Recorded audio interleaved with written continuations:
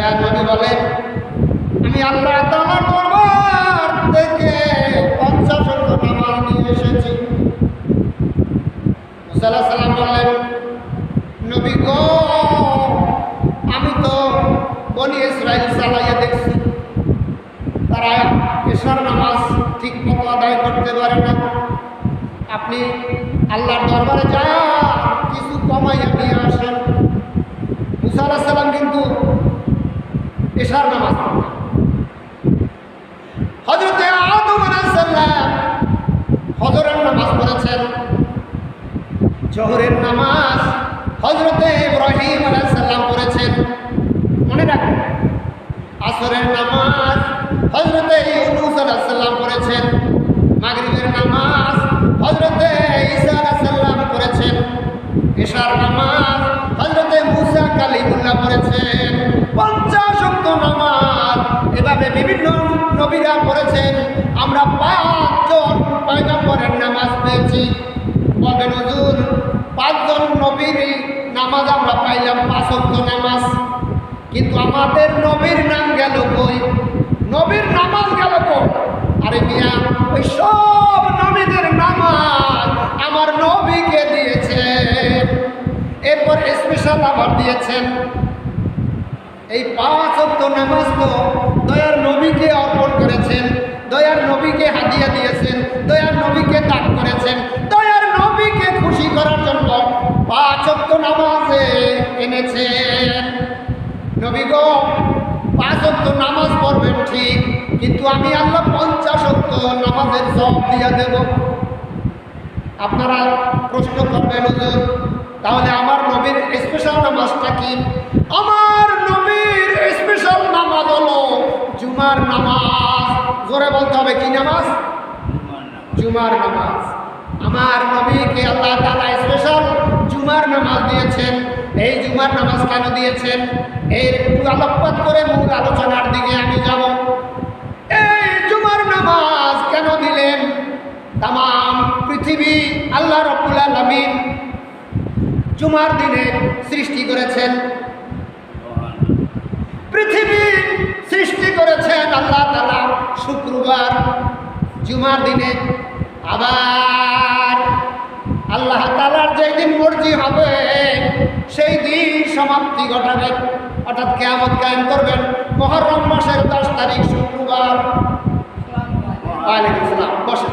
কিয়ামত কবে হবে? কিয়ামত কবে হবে বলেন? মুহররম মাসের 10 তারিখ শুক্রবার। এখন কবে আসবে তো আমি আপনি জানি না, নবীরাও বলেন না। মুহররম মাসের 10 তারিখ শুক্রবার কিয়ামত হবে। এই দিনটা বড় ফজিলতপূর্ণ। এই দিনে হযরত মুসা আলাইহিস সালাম তাওরাত লাভ করেছেন। এই দিনে হযরত নূহ আলাইহিস সালাম প্লাবন থেকে পরিত্রাণ পেয়েছেন। এই দিনে হযরত ইব্রাহিম আলাইহিস সালাম নমরুদের অগ্নিকুণ্ড থেকে পরিত্রাণ পেয়েছেন।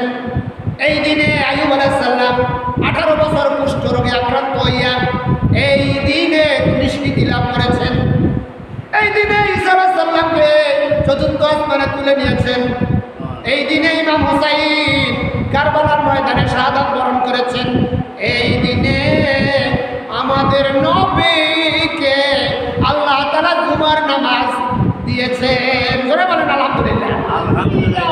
সেই দিনে প্রথম যে ব্যক্তি আসবে সেই ব্যক্তি একটা উট আল্লাহর রাস্তায় কোরবানি দিলে যে সওয়াব হয় সেই সওয়াব সেই ব্যক্তি পাইবে। আমার মনে হয় এই উটের সওয়াব আমাদের মুয়াজ্জিন সাহেব পেয়ে গেছে অলরেডি। সুবহানাল্লাহ। তারপরে আরো অনেকে আসছেন এ পর্যায়ক্রমে। এরপরে গরু কোরবানি দিলে যে সওয়াব হয় সেই সওয়াব পাবে, তারপরে দুব্বার সওয়াব পাবে, তারপরে খাসির সওয়াব পাবে, এবার মুরগির সওয়াব পাবে। এইভাবে পাইতে পাইতে শেষ পর্যন্ত যখন মেম্বারে যখন নামাজ পড়াবার জন্য ইমাম সাহেব উঠে তখন ওই দপ্তরটা বন্ধ করা হয়। এর আগ পর্যন্ত তারা দিতে থাকে, সওয়াব দিতে থাকে। ভাইরা আমার, এবার আমি মূল আলোচনার দিকে যাব। আল্লাহ রাব্বুল আলামিন বললেন, হাবিব আপনাকে আমি জুমার নামাজ দিয়েছি, এই জুমার নামাজ পড়লে কি হবে? আল্লাহ নবী বলেন, ক্বালা নবী সাল্লাল্লাহু আলাইহি ওয়াসাল্লাম, আসসালাতু ইলা সালাতে ওয়াল জুমাতু ইলাল জুমাতে ওয়া রমাদানু ইলা রমাদানে মুকাব্বিরাতান লিমা বাইনাহা। আল্লাহ নবী বলেন, এক ওয়াক্ত নামাজ পড়ার পর আর এক ওয়াক্ত নামাজ পড়ার সঙ্গে সঙ্গে পিছনের সব গুনাহ আল্লাহ মাফ করে দেন ওই নামাজ পড়ার কারণে।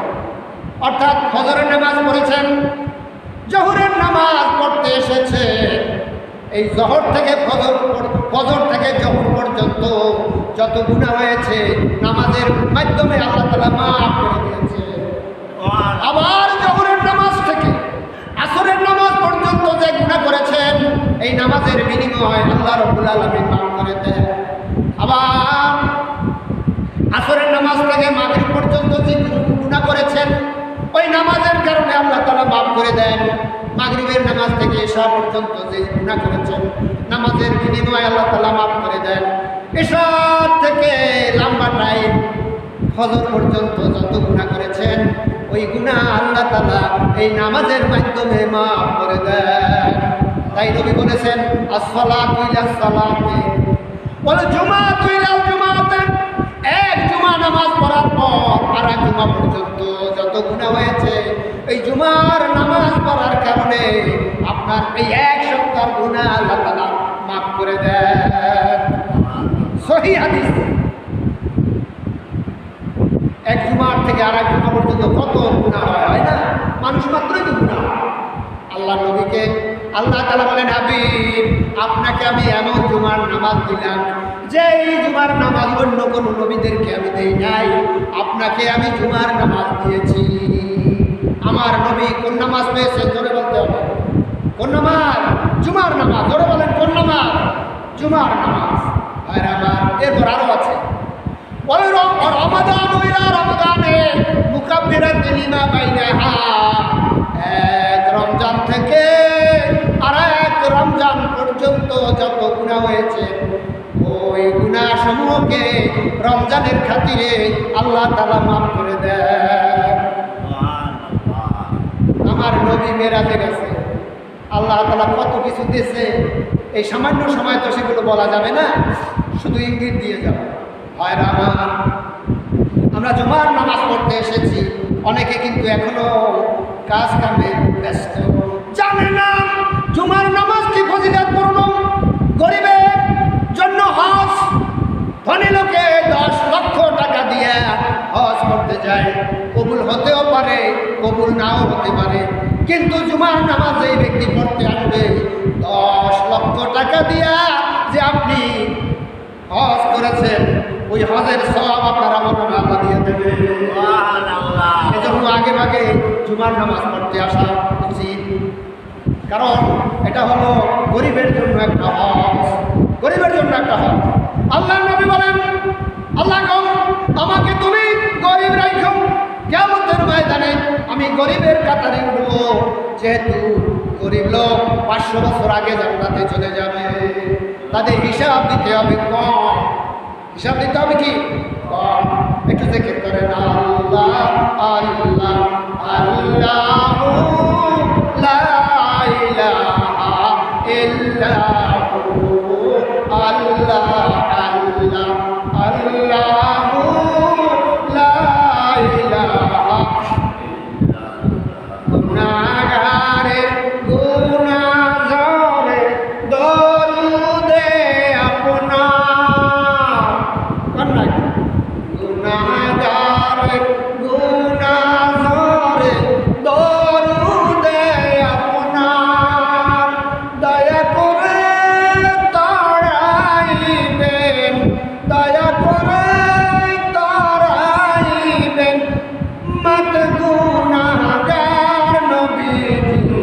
আল্লাহ আল্লাহ আল্লাহু লা ইলাহা ইল্লাহু আল্লাহ আল্লাহ লা ইলাহা ইল্লাহু। আপনাকে দেখলে নবী গো গজব হয় হারাম। আমার নবীকে স্বপ্নে যে ব্যক্তি দেখবে তার জন্য জাহান্নামের আগুন হারাম হয়ে যাবে।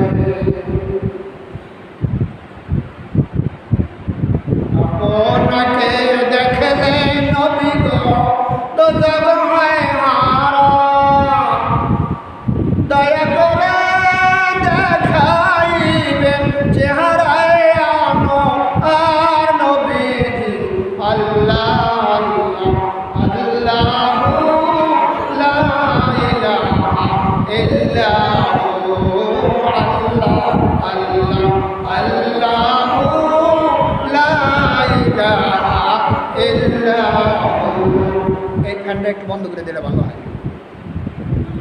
মৌতের তুফান চলবে যখন নবী গো আমার, একদিন আমাদের মৃত্যু আসবে, আসবে না ভাই? কোন দিন মৃত্যু আসবে কেউ তো বলে যেতে পারে নাই। শায়ের বলেন তো যে আদমিরা কাশত জোরে জো একে আবেদানা দিগার খাকে গো। দুটো জিনিস মানুষের সব চাইতে নিকটে, একটা হলো দানা পানি আর একটা হলো মৃত্যু। কেমনি মৃত্যু কাছে হলো? বাইরে আমার আপনি শ্বাস করছেন, শ্বাস নিচ্ছেন, শ্বাস নিঃশ্বাসের মধ্যে 1 সেকেন্ড, 1.5 সেকেন্ড, আধা সেকেন্ড সময় ঠিক কিনা? আপনি শ্বাস ছেড়েছেন, টেনে নিতে পারবেন, কোনো গ্যারান্টি নাই। শ্বাস গ্রহণ করেছেন, আবার শ্বাস বের করবেন, কার্বন ডাইঅক্সাইড বের করবেন, এর নিশ্চয়তা আপনি দিতে পারবেন না। অর্থাৎ মানুষের মৃত্যু এত নিকটে, শ্বাস ছাড়ছে নিতে পারবেন এমন কোনো গ্যারান্টি নাই, এত কাছে আমাদের মৃত্যু। সেজন্য মৃত্যুর জন্য তৈরি থাকতে হবে। মৌত কো সমঝায়ে তুমে ইফতিতামে জিন্দগি, দর হकीकत মৌত মে সব হে দাওয়ামে জিন্দগি। যাকে দিকে যাব না। মৌতের তুফান চলবে যখন নবী গো আমার, মৌতের তুফান চলবে যখন নবী গো আমার, দয়া করে তড়াইবেন হাবিব দু জাহান নবীজি। আল্লাহ আল্লাহ আল্লাহু লা ইলাহা ইল্লাহু, আল্লাহ আল্লাহ লা ইলাহা ইল্লাহু। 12 রবিউল আউয়াল কে ও আয়া দুররিয়াতিন, আমার নবী 12ই রবিউল আউয়াল সোমবার শবে সাদেকের সময় এই ধরায় আগমন করেছে। কেন? রাতও বলেছিল আল্লাহ রাতের মধ্যে দয়ার নবীকে পাঠাও, আর দিনও বলেছিলেন আল্লাহ গো দিনের মধ্যে আমার নবীকে পাঠাও। রাত বলছে আল্লাহ গো রাতে যদি তোমার নবীকে পাঠাও আমি ধন্য হব। দিন বলতেছে আল্লাহ গো দিনের মধ্যে দয়ার নবীকে পাঠাইলে আমি দিন ধন্য হব। আল্লাহ দুইটার আর্য মঞ্জুর করলেন। রাত এবং দিন এর মধ্যবর্তী জায়গার নাম হলো শবে সাদেক।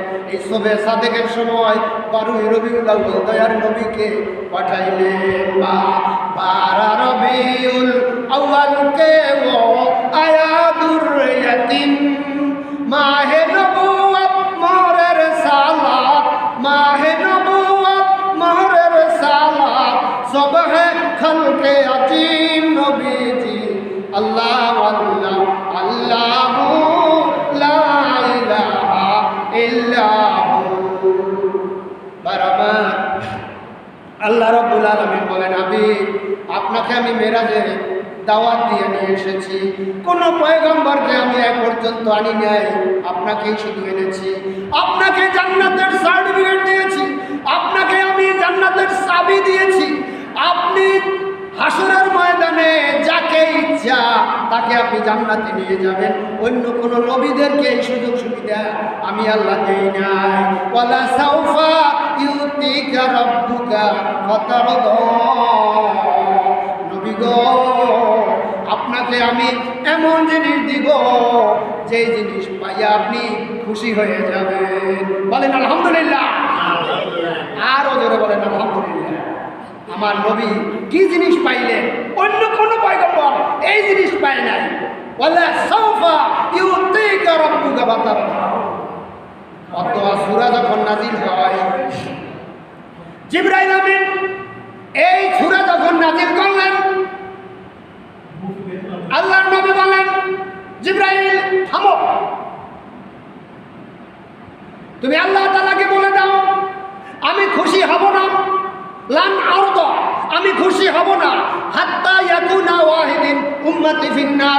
যতক্ষণ পর্যন্ত আমার একজন উম্মত জাহান্নামের আগুনে জ্বলবে ততক্ষণ পর্যন্ত আমি নবী খুশি হব না। সেই নবী আমরা পেয়েছি। দয়ার নবী প্রেমের ছবি আর আসবে না জগতে আমার। দয়ার নবী প্রেমের ছবি আর আসবে না জগতে। হাসরের দিনে উম্মত মিলে, হাসরের দিনে উম্মত বিনে যাবেন নবীজি বেহেশতে আমার। দয়ার নবী প্রেমের ছবি আর আসবেন। বলেন না, ইশক হবে, মহব্বত হবে, দয়ার নবীর প্রতি মহব্বত।